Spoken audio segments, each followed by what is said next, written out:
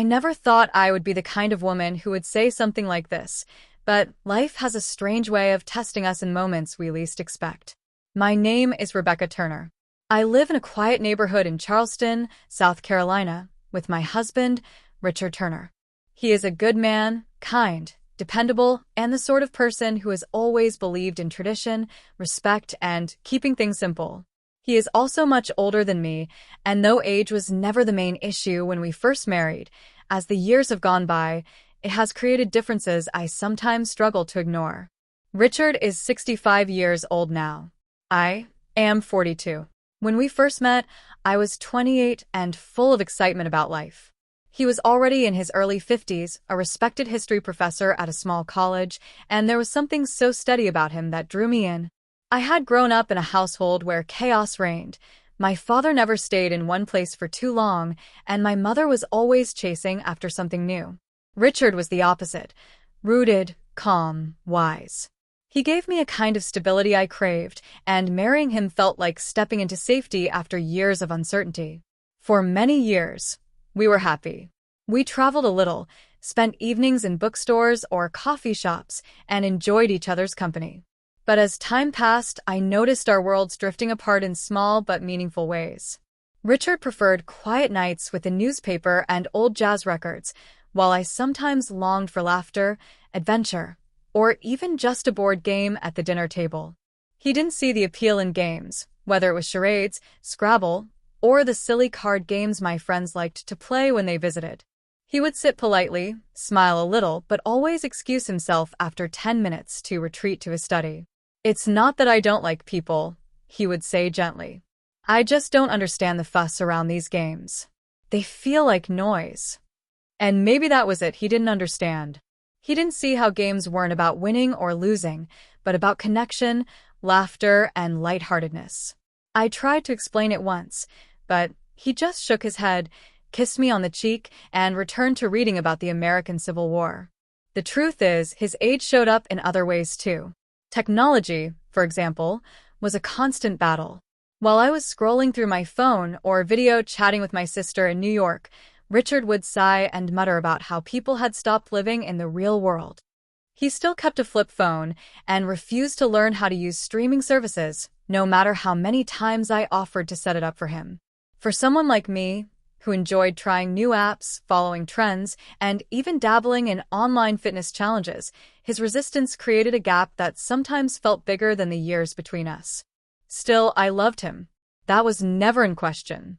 But one evening, everything came to a head, and it started with something as innocent as a neighborhood gathering. Our neighbors, the Millers, had invited us over for a Saturday evening barbecue. They were younger than us. Mark was in his late 30s, his wife Jenny just a couple of years older than me. Their backyard was full of string lights and laughter, the smell of grilled chicken drifting through the warm summer air. After dinner, Jenny pulled out a box of party games. Everyone cheered, except Richard. He smiled stiffly and said, "I think I'll just watch." The first game was a guessing game with cards stuck to our foreheads. We had to ask questions and figure out what name or object we had. It was silly, but the kids were laughing, the adults were laughing, and for a moment I forgot my worries and joined in wholeheartedly. When my turn came, I stood up, making exaggerated guesses that had everyone giggling. I looked over at Richard, hoping to see him smiling with me, but instead he looked uncomfortable, almost irritated. He excused himself soon after and went to sit alone on the porch swing. When we got home later that night, he didn't say much. I tried to brush it off, but I could feel the distance between us growing like an invisible wall. Weeks passed, and I began to realize how many parts of my life Richard didn't understand anymore. When my colleagues talked about online trivia nights, he rolled his eyes. When my niece invited me to play a virtual escape room, he muttered, "These things are for kids." I wanted to include him, but he simply refused. And the worst part? He didn't realize how excluded I felt from him. One afternoon, I invited a few friends from work over for coffee. We ended up playing a simple word association game at the table. We laughed so hard that tears rolled down my cheeks. But when Richard walked in and saw us, he gave me a look I couldn't forget, half confused, half disapproving. After my friends left, he said, I just don't get why you need all that nonsense. Isn't conversation enough? I tried to explain. Richard, it's not about the game itself. It's about connecting, having fun, letting go for a while. Don't you ever want to just laugh without thinking so much? But he only shook his head, opened his book, and that was the end of it. That night, I lay awake staring at the ceiling, feeling torn. How could I love someone so deeply, yet feel so misunderstood? It wasn't about the games. It was about what they represented. Youth, spontaneity, joy. Things Richard seemed to think he had outgrown. And then something unexpected happened. One Sunday, our church hosted a community fundraiser. There was food, music, and to my surprise, a booth set up with a giant wheel, like something out of a carnival. People lined up to spin the wheel, win little prizes, and laugh at the ridiculous challenges written on the sections. When it was my turn, I spun and landed on Sing a Song. I sang a few lines of an old pop hit, and the crowd cheered. Then someone nudged Richard, urging him to try. At first, he resisted, shaking his head with that familiar, polite smile. But then, to everyone's shock, including mine, he walked up and gave the wheel a spin. It landed on Dance for 30 seconds. The crowd erupted into laughter, and I held my breath. Richard hesitated, then, with a deep sigh, started to move awkwardly to the beat of the music. It wasn't much, just a few stiff steps and a half-hearted spin, but the crowd clapped wildly, cheering him on.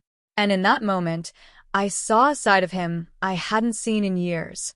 Vulnerable, playful, willing to step out of his comfort zone for me. That night, as we walked home, I slipped my hand into his and said softly, "Thank you." "For what?" he asked. "For trying. For understanding. Even if just a little." He squeezed my hand and said, "I may not understand all these games, Rebecca, but I understand you.